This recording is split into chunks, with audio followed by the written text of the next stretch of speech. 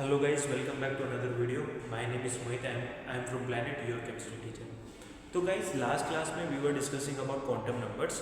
हमने principal quantum number के बारे में पढ़ लिया था. Then we were discussing about the azimuthal quantum number. ठीक है, coming back taking it forward to be precise, उस टॉपिक को हम थोड़ा आगे लेके चलते हैं. ठीक है, हमारा सेकंड वाला क्वांटम नंबर कौन सा था? एजीमुथल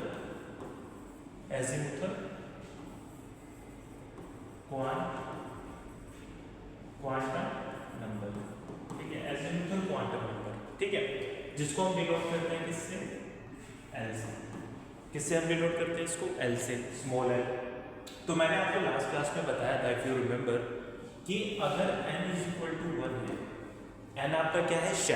शेल है, और इसको हम क्या बोलते हैं? Principal quantum number. ठीक है, शेल के. ठीक है, अगर आपको n के लिए l की वैल्यू पता करनी है, सबशेल्स पता करने की कितने सबशेल्स हैं, तो हमने एक फॉर्मूला देखा था, l is equal to n is equal to n minus 1. अब यहाँ पे n की वैल्यू पुट कर दो, 1 माइनस 1 0. इसका मतलब l की जो मैक्सिमम वैल्यू है वो 0 है इस केस में. अगर n इज इक्वल टू 2 होता, तो n की वैल्यू क्या हो जाता? l की वैल्यू क्या हो जाती है यहाँ पे guys? n minus 1 which is 2 minus 1 which is 1. But l की मैक्सिमम वैल्यू 1 है. इसका मतलब क्या है कि जो सबसे प्रेजेंट है n इज इक्वल टू 2 में, वो है L0 and 1. I hope it is clear. ठीक है, तो हमने इसके बारे में कल मैंने बोला था कि we will discuss energy order. ठीक है, सो सबसे पहले, इससे थोड़ा पहले चलते हैं. आपको पता चला n इज इक्वल टू 1 में l है 0, विच मीन्स ये क्या है? s. इसको हम s बोलते हैं, s subshell. Similarly n is equal to 2 होगा, तो l क्या होगा आपका? 0 and 1. तो यहाँ पे ये हो जाएगा s आपका, ये हो जाएगा p. ठीक है, similarly n is equal to 3 है, तो इसमें l क्या होगा आपका? 0 1 2. ये हो जाएगा आपका s, ये हो जाएगा p, and this will be d. Now the question is, sir यहाँ पे भी s प्रेजेंट है सबशेल, सर यहाँ पे भी s सबशेल प्रेजेंट है, और यहाँ पे तो सर s और p दोनों प्रेजेंट है. तो सर फिर हम इसको डिफरेंशिएट कैसे करेंगे? सो आपको ये रिमेंबर रखना है कि अगर s सबशेल है और आपको पता करना है कि s किसका है, n वाले शेल का है, n इज इक्वल टू 2 वाले शेल का है, या 3 का है. तो इसके लिए हम यहाँ के कोफिशिएंट में या इसके प्रीफिक्स में हम लिखते हैं 1s. यहाँ पे क्या हो जाएगा? 2s and 2p. यहाँ पे क्या हो जाएगा? 3s 3p and 3p. I hope it is clear. मैंने क्या बोला कि अगर s सब में प्रेजेंट है, देन हमें उसमें तो डिफरेंशिएशन लाना पड़ेगा. सो फॉर डिफरेंशिएशन हम क्या कर रहे हैं?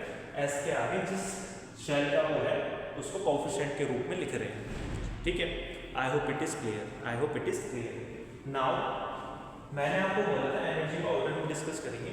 सो यू हैव टू रिमेंबर, आपको ये याद रखना है, s से ज़्यादा एनर्जी होती है p की, उसके बाद किसकी एनर्जी होती है?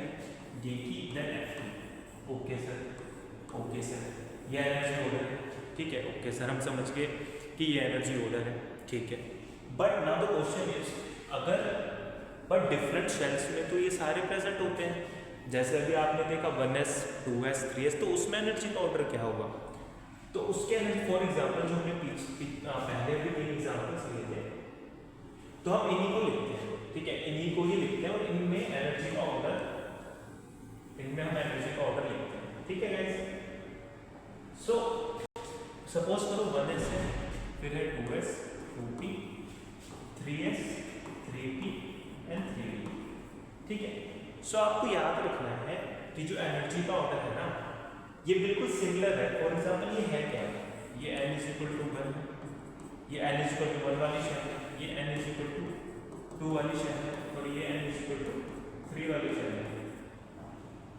n इज इक्वल टू 3 वाली शेल है, हमें ये पता है n इज इक्वल टू 3 वाली शेल है. तो अगर आपको याद होगा, आप इसको रिलेट कर सकते हो कि एनर्जी का जो ऑर्डर है शेल का, वो क्या होगा? वो ऐसा ही होगा एनर्जी का ऑर्डर. इसका मतलब क्या है कि हमें पता है कि n इज इक्वल टू 1 में ये एनर्जी कम होती है comparative to n is equal to 2 and n is equal to 3। अगर इलेक्ट्रॉन है, इलेक्ट्रॉन को हमें हायर एनर्जी लेवल पे जंप कराना है तो हमें पता है कि हमें उसको एनर्जी देनी पड़ेगी, क्योंकि हायर एनर्जी लेवल की जो एनर्जी होती है वो ज़्यादा होती है, हायर ऑर्बिट की एनर्जी ज़्यादा होती है, जिसमें इलेक्ट्रॉन को जंप कराने के लिए आपको बाहर से एनर्जी देनी पड़ती है। सो वी नो कि n इज इक्वल टू 1 की एनर्जी कम है 2 की 3 की, तो इसका मतलब ये तो इसके अंदर ही प्रेजेंट है ना, ये जो सबशेल है, ये जो सबशेल है ये तो इसी के अंदर प्रेजेंट है, ये तो इसी के अंदर प्रेजेंट है, ये तो इसी के अंदर प्रेजेंट है। अगर ये इसके अंदर प्रेजेंट है तो इनका भी ऑर्डर कुछ सिमिलर सा ही नहीं होगा। तो मैं लिख सकता हूँ कि 1s will be of less energy than 2s than 2p, then this will be the order, this will be the order. But इसमें एक एक्सेप्शन देखने को मिलता है। एक्सेप्शन कब देखने को मिलता है? अगर मैं ये लिखता हूँ 1s 2s 2p 3s 3p 3d 4s 4p and 4d, ठीक है।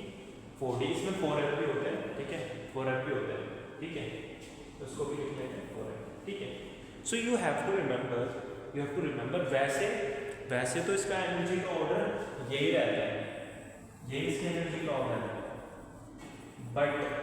बट जब इलेक्ट्रॉन आता है टू ऑक्यूपाई दिस सबशेल्स, तो हमें देखने को मिलता है इलेक्ट्रॉन जो है पहले 4s में आता है कंपैरेटिवली टू 3d, तो फिर एनर्जी का ऑर्डर क्या हो जाता है उस केस में क्या होता है कि 4s की एनर्जी जब इलेक्ट्रॉन आता है टू ऑक्यूपाई दिस सबशेल, तो 4s की एनर्जी कम हो जाती है कंपैरेटिवली टू 3d। तो सर तो ऑर्डर क्या हो जाएगा आपका 1s 2s 2p 3s 3p 4s 4d 3d 4p and so. तो ये आपका एनर्जी का ऑर्डर होगा, ये आपके एनर्जी का ऑर्डर होगा।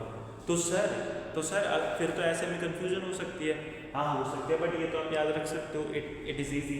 बट इसके लिए एक रूल भी आया, रूल का नाम क्या था? n+l रूल से अगर हम सॉल्व करते हैं तो 4s है 3d है, तो 4 मतलब आपका शेल प्लस s का क्या होगा वैल्यू 0, 3 प्लस d का क्या वैल्यू होता है, तो जिसका n+l का वैल्यू कम होता है, जिसका n+l का वैल्यू इज लो, उसकी एनर्जी क्या हो जाती है कम, और इलेक्ट्रॉन वही आके क्या करता है ऑक्यूपाई करता है सबसे पहले, because everything wants to be stable.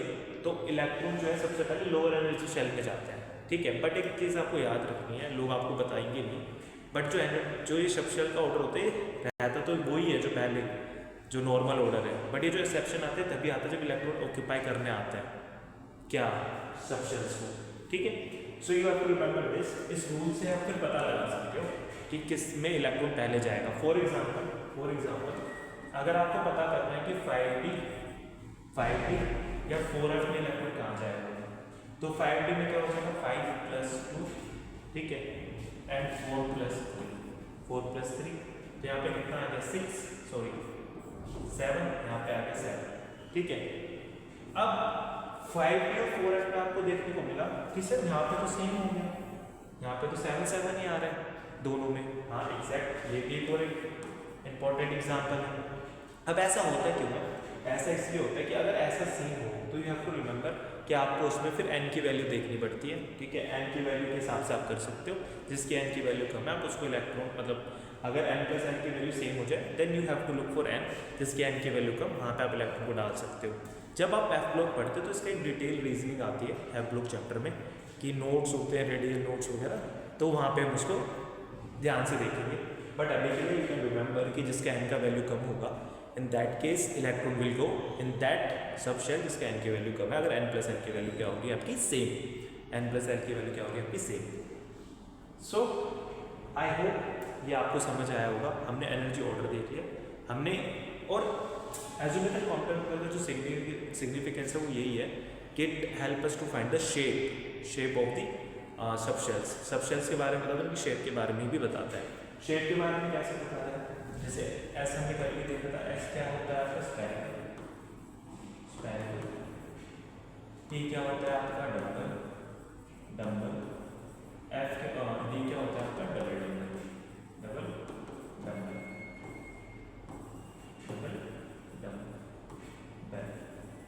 F की शेप अभी तक हमारे पास एग्जैक्टली डिफाइन नहीं है, ठीक है, इसलिए हम ये 3 शेप ही देखते हैं। मैक्सिमम आपका इसी से ही सॉल्व होएगा सवाल। ये 3 शेप जो है वो इंपॉर्टेंट है। जब मैं आपको नेक्स्ट क्लास में मैग्नेटिक क्वांटम नंबर सिखाऊंगा तो हम इन शेप्स के बारे में डिटेल में बात करेंगे कि कैसे जो शेप है वो फर्दर, मतलब कैसे जो सबशेल है वो फर्दर डिवाइड करता है इनटू शेल्स, और फिर हर एक कैसे सबशेल जो फर्दर डिवाइड करता है इनटू ऑर्बिटल्स, जिनको हम डिफाइन करने के लिए यूज़ करते हैं मैग्नेटिक क्वांटम नंबर। जब हम मैग्नेटिक क्वांटम नंबर का यूज़ करते हैं गाइस, तो वहाँ पे जो आपके सबशेल्स फर्दर ऑर्बिटल में टूटे हैं तो उन सबकी शेप्स हम डिटेल में देखेंगे, including these subshells. For now you can remember कि ऐसी शेप्स होती है। ये क्या पता कैसे चला, डाटा से जो भी एक्सपेरिमेंट्स हुए, ग्राफ आया, सिमुलेशन हुई, तो हमने देखा कि इलेक्ट्रॉन क्लाउड हमें देखने को मिला था इस शेप का, तो उससे हमें पता चला कि एस ओ पी और डी की शेप क्या है ऑर्बिटल्स की, सबशेल्स की, और ऑर्बिटल्स की भी सेम ही शेप्स रहते हैं। हम कल उसको डिस्कस करेंगे when I am going to divide subshells into specific orbitals. I hope it is clear guys, आपको समझ आया होगा। Thank you for joining.